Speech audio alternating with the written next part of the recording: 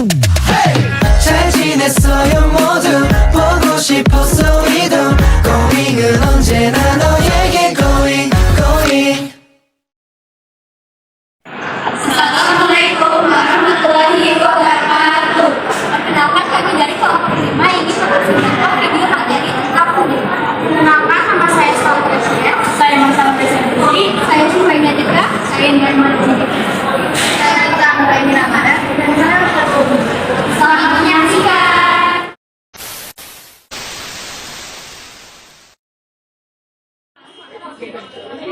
Oh iya, tahu gak sih? Kita ada tugas fermentasi, cuy. Oh iya. Cepet.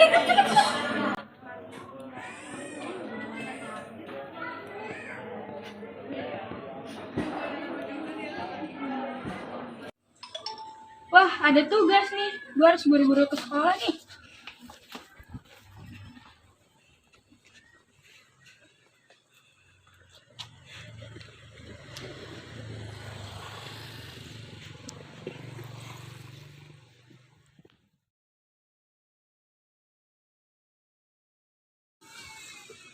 Iya, ada tugas kita harus ke kantin. Iya.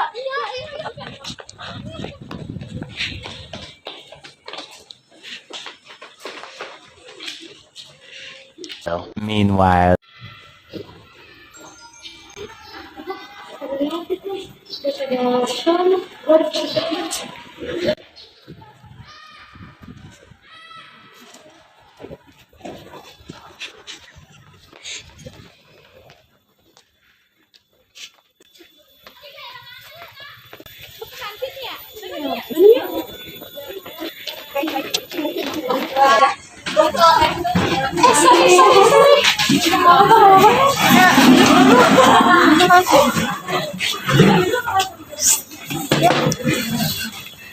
BTW tugasnya ada itu loh, kita disuruh buat fermentasi gitu, fermentasi dari yogurt. Jadi mau buat dari yogurt aja kan? Iya, boleh.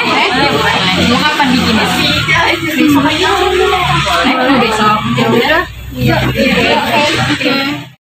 Day 2. Wait a minute. Who are you?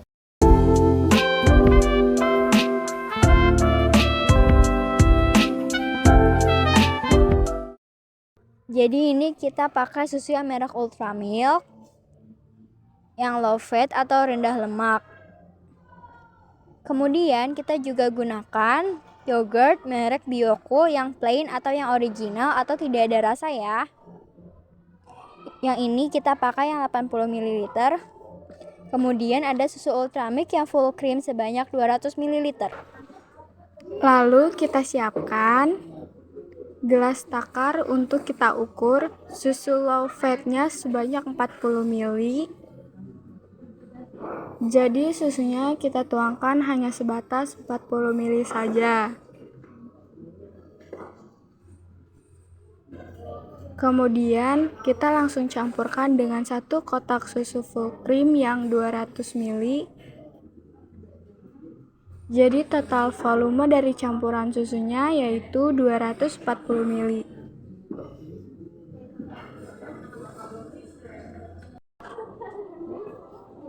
Kemudian kedua susu tadi yang sudah dicampurkan, kita taruh di atas panci untuk kita aduk hingga homogen.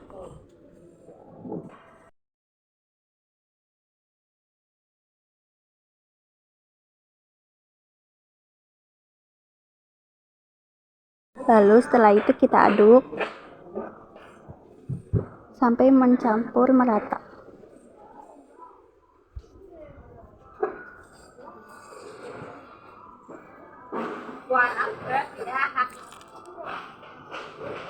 Jika sudah diaduk, selanjutnya kita panaskan di atas kompor untuk dipasteurisasi hingga suhunya mencapai 85 derajat Celcius.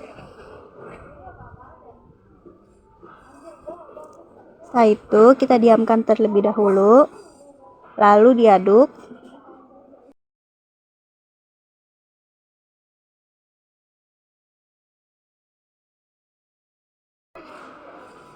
Diaduk terus sambil menunggu suhunya sampai 85 derajat Celcius. Ini susunya diaduk. Nah, ini susu sudah menunjukkan 85 derajat Celcius dengan gelembung sebesar mata kepiting. Kompornya kita matikan sambil tetap kita aduk.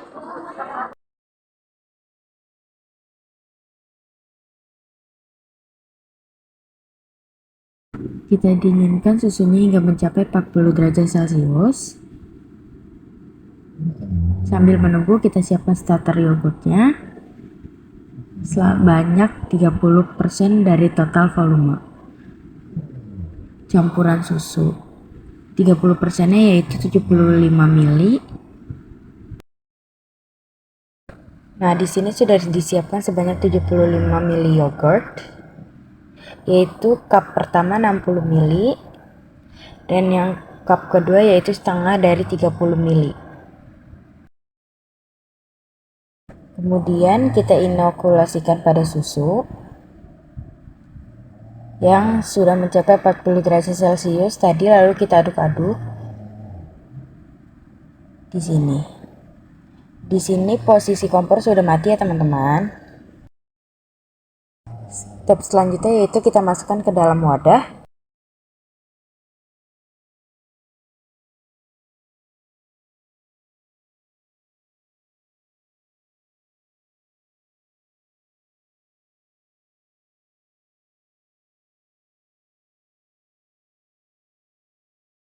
Lalu kita tutup dan disimpan di suhu ruang untuk diinkubasi selama 6 jam.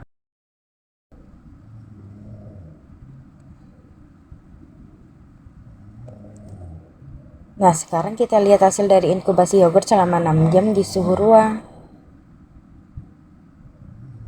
Bisa dilihat di sini, yogurt bagian atas masih mencair sedangkan bagian bawah sudah menggumpal.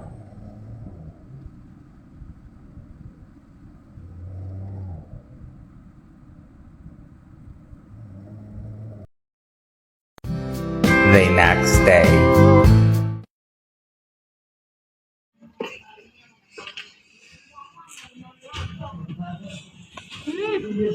Enak banget. Aku jadi penasaran deh. Ini kita buat fermentasi gini buat apa sih? Itu jadi buat ngejelasin peran fungi dalam makanan dan minuman. Oh, jadi apa itu fungi?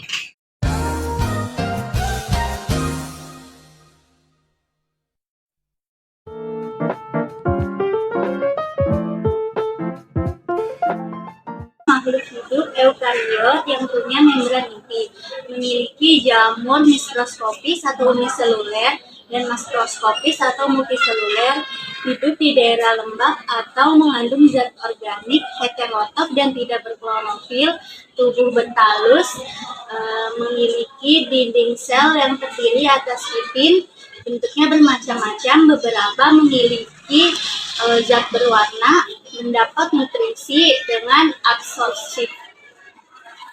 Berbagai macam bentuk tubuh fungi. Yang pertama ada Hamartius, merupakan fungi uniseluler yang biasanya dikenal sebagai ragi. Contohnya adalah Saccharomyces. Yang kedua ada Capung-Atomum, merupakan fungi multiseluler yang berbentuk filamen atau benang. Contohnya adalah Rhizopus arizae. Dan yang ketiga ada cendawan atau mushroom, merupakan fungi multiseluler yang berbentuk tubuh buah. Nah, tubuh buahnya itu dapat berbentuk macam-macam, seperti payung, contohnya Lentinus dan Volvariella. Lalu bentuk kuping atau pipi, contohnya adalah Auricularia polytricha. Kemudian bentuk mangkok, contohnya Saccharosypha dan Ganoderma.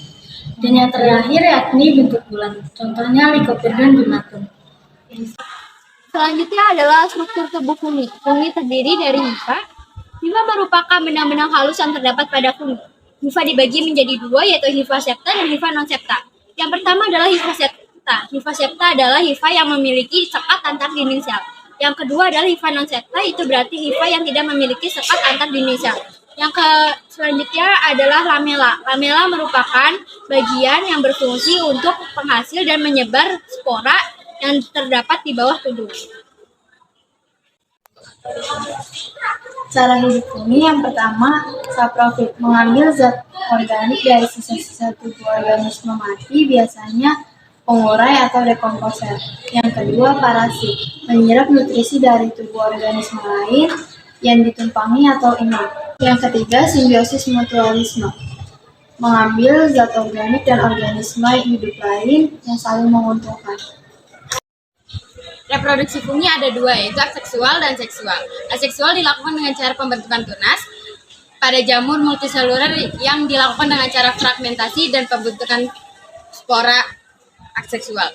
Yang kedua ada seksual. Seksual dilakukan dengan cara pembentukan spora seksual melalui pelaburan antara hifa yang berbeda jenis. Hifa ada 3 jenis, yaitu zigospora, axospora, dan basidiospora. Yang pertama ada zigospora. Zigospora merupakan reproseksual zigomikota yang dilakukan dengan 1 zigotot dan 1 jamur, atau bisa dilakukan dengan 2 zigotot atau 2 jamur. Yang kedua ada axospora. Axospora merupakan reproseksual asomikota yang ditemukan pada asgos yang terletak di suatu tempat yang disebut ascocarp. Ketiga ada basidiospora. Basidiospora merupakan reproseksual basidio yang ditemukan pada basidio atau disebut basidiocarp. Peran yang menguntungkan dari fungi yang pertama adalah Rhizopus oryzala, pembuatan tempe. Yang kedua ada Muscus javanicus, pembuatan tape.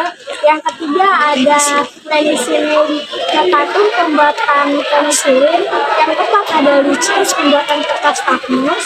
Yang kelima yaitu yang terakhir ada Ganoderma, pembuatan makanan suplemen.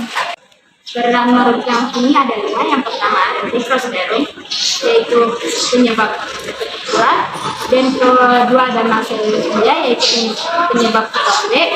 Yang ketiga ada Aspergillus yaitu penyebab paru-paru, dan keempat ada Rhizopus yaitu sambutan, dan kelima ada Phytophthora yaitu penyakit Adventist. Selanjutnya ada klasifikasi fungi. Klasifikasi fungi dibagi menjadi 4, yaitu ada zigomikota, ascomycota, basidiomycota, dan deuteromycota. Zigomikota. Zigomikota memiliki ciri utama, yaitu menghasilkan zigospora. Terdiri atas hifa yang tidak bersekat, dinding sel mengandung kitin, tidak memiliki buah, beberapa hifa berdiri tegak dan membentuk sporangiofor. Di dalam sporangium terdapat spora seksual, memiliki rizoid yang berfungsi menyerap nutrisi dan hifa horizontal yang disebut stolon. Zigomikota hidup sebagai saproba atau pengurai di tanah. Namun, ada beberapa jenis yang hidup bersimbiosis mutualisme dengan akar tumbuh membentuk mikoriza. Reproduksi dan contoh zigomikota. Yang pertama yaitu reproduksi secara aseksual. Bereproduksi dengan fragmentasi hifa dan pembentukan spora aseksual atau sporangiospora berkromosom haploid atau M.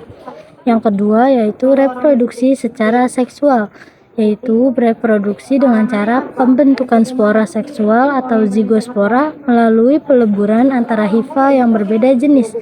Yang ketiga ada contoh zigomikota, yaitu yang pertama ada Rhizopus sp, yang kedua ada Mucor sp, dan yang terakhir ada Pilobolus. Yang kedua ada ascomycota. Ascomycota memiliki ciri utama yaitu hifa bersekat. Ada yang bersel satu dan ada yang bersel banyak. Hifa bercabang-cabang membentuk miselium dan tersusun kompak menjadi tubuh buah makroskopis yang disebut ascocarp. Hidup sebagai pengurai bahan organik terutama dari tumbuhan atau sisa-sisa organisme. Tetapi beberapa ada yang hidup sebagai parasit pada organisme lain. Ada juga yang hidup bersimbiosis mutualisme dengan tumbuhan membentuk mikoriza. Reproduksi dan contoh ascomycota. Yang pertama ada reproduksi aseksual. Ascomycota uniseluler bereproduksi dengan pembelahan sel atau pelepasan tunas dari sel induk. Sedangkan multiseluler bereproduksi dengan fragmentasi hifa dan pembentukan spora aseksual conidiospora.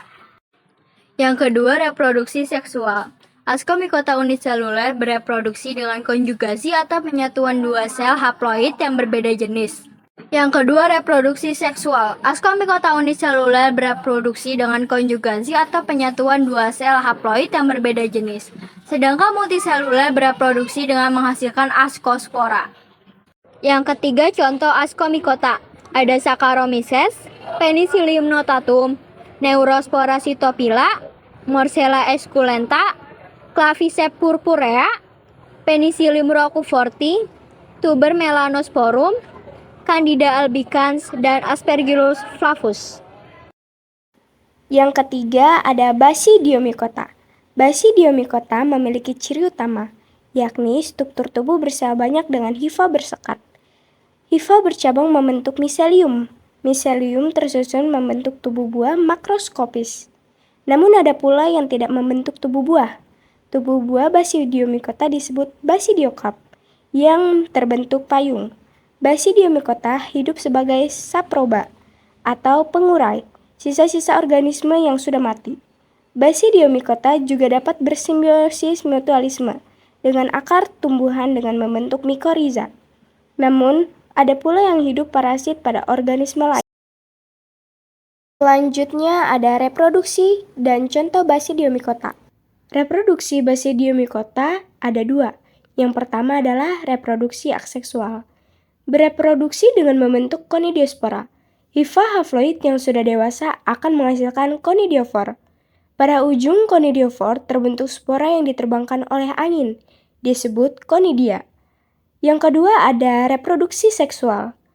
Bereproduksi dengan peleburan antara hifa berbeda jenis yang akan menghasilkan spora seksual Basidiospora.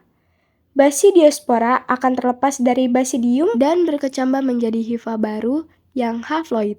Yang ketiga atau yang terakhir adalah contoh Basidiomycota.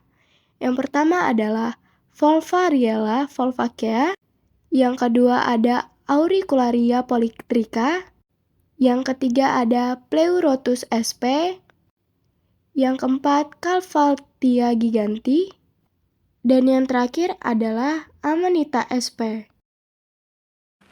Deuteromycota disebut juga jamur tak sempurna atau imperfect. Ciri utamanya adalah belum diketahuinya reproduksi seksualnya. Maka jamur tersebut dipindahkan ke divisi yang sudah ditetapkan. Jamur ini bereproduksi aseksual dengan menghasilkan konida atau hifa khusus yang disebut konidiafor. Jamur ini bersifat saprofit juga parasit. Contoh dari Deuteromycota adalah Microsporum, Trichophyton, Epidermophyton volocosum, dan Malassezia furfur. Lalu kita akan membahas tentang simbiosis fungi. Simbiosis fungi terbagi menjadi dua, yaitu ada lichens atau lumut kerak dan ada mycorrhiza. Yang pertama ada lichen atau lumut kerak. Lichen merupakan gabungan antara dua macam organisme yang hidup bersimbiosis mutualisme, yaitu ganggang hijau atau ganggang biru dengan jamur.